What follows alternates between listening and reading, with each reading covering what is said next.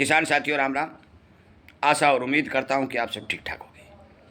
साथियों, हम चर्चा करने जा रहे हैं किसानों को होने वाले समय पर नुकसान की। मौके के ऊपर बारिशें कम देखी जा रही हैं, तापमान लगातार बढ़ रहा है और आखिर सावन के महीने में परवा हवा का जोर देखा जा रहा है। हम सबसे पहले परवा हवा के बारे में आपको बताने जा रहे हैं कि हवा किसान को कितना नुकसान करती है और यदि बारिश कम हो तो इसका प्रभाव फसलों पर कितना पड़ता है।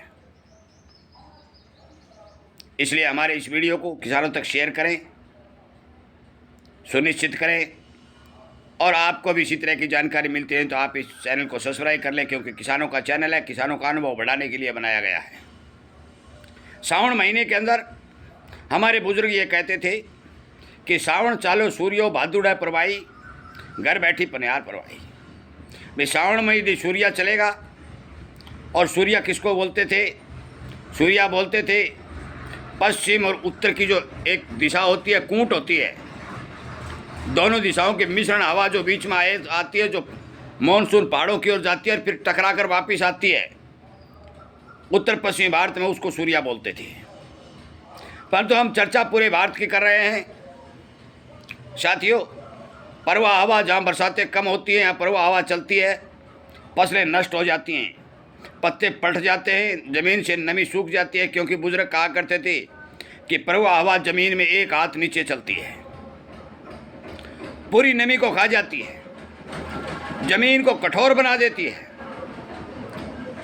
और नरम खेतों में तो पौधों की बढ़वार होती है।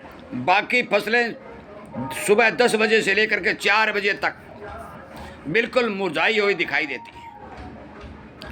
परवा हवा के ज़्यादा प्रकोप से वायुमंडल में हीट बढ़ती है और हीट बढ़ने से उमस बढ़ती है, उमस बढ़ने से फसलों में बीमारियां बढ़ती हैं। मैं आपकी जानकारी के लिए बता दूं कि परवा हवा किसान की दुश्मन होती है, बीमारियों की माँ होती है। यदि ये 15 दिन चल जाती है तो फल है जो फसलों पर नहीं लग पाता है, बेलों की मुरड़ बन जाती हैं, फसलों में हरा तेला मच्छर अनेक प्रकार के रोग आ जाते हैं और यहाँ तक कि छोटी फसलों को तो इतना भारी नुकसान होता है कि यदि बाद में बरसातें भी हो जाएं तो भी उनकी ग्रोथ और उनका विकास संभव नहीं होता। ये एक जहरीली हवा होती है, इसका समय होता है। यदि ये समय समय के ऊपर चलती रहे, बदलती रहे, एक दिन चल गई, 2 दिन चल गई तो हमारा काम चल जाता है। परंतु लगातार 10 और 15 दिन तक यदि यह प्रवाह हवा का दबाव बना रहता है तो अक्सर देखा गया है कि उत्पादन बेहद कमज़ोर होता है। चाहे बरसातें कितनी भी हो जाएं तो भी प्रवाह हवा के प्रकोप से फसलों पर फल नहीं बन पाता। ये एक सच्चाई है, मानना ना मानना आपका काम है। इस साल काफ़ी एरिया में बिजाई नहीं है, काफ़ी एरिया में बहुत कम बिजाई है, पछेती बिजाई है और कुछ जगह अगेती बिजाई भी है। और हम देख रहे हैं कि इस माह में प्रवाह हवा का प्रकोप बढ़ता जा रहा है। साथियों, जल्द ही ये प्रवाह हवा यदि नहीं रुकी, क्योंकि रडार ये बता रहा है कि 3-4 दिन, 5 दिन, 7 दिन ये और चलेगी और लगभग 12-13 तारीख को मौसम बदलेगा, मानसून ब्रेक की कंडीशन बनेगी, पश्चिमी हवाओं का दबाव बनेगा, तब जाकर के यह हवा विराम लेती हुई दिखाई देगी।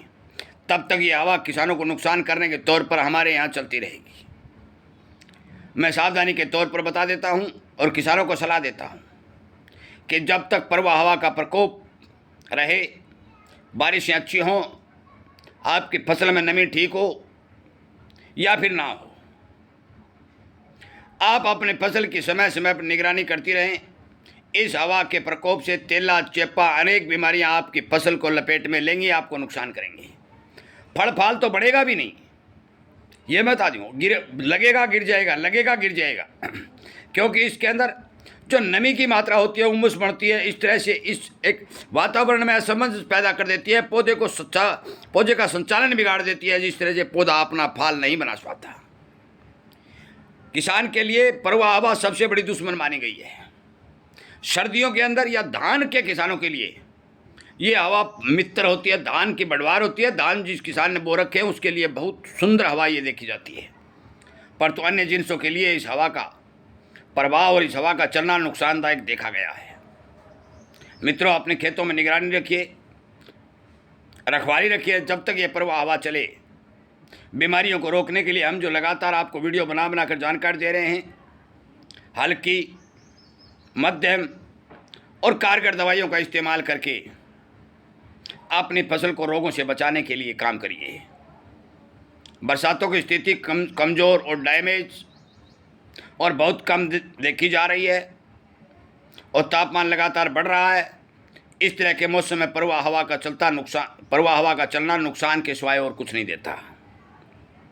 खेतों को सुखा देगा, ज़मीन को कठोर बना देगा, फसलों में रोग पैदा कर देगा और आपको नुकसान ही नुकसान देने का काम करेगा।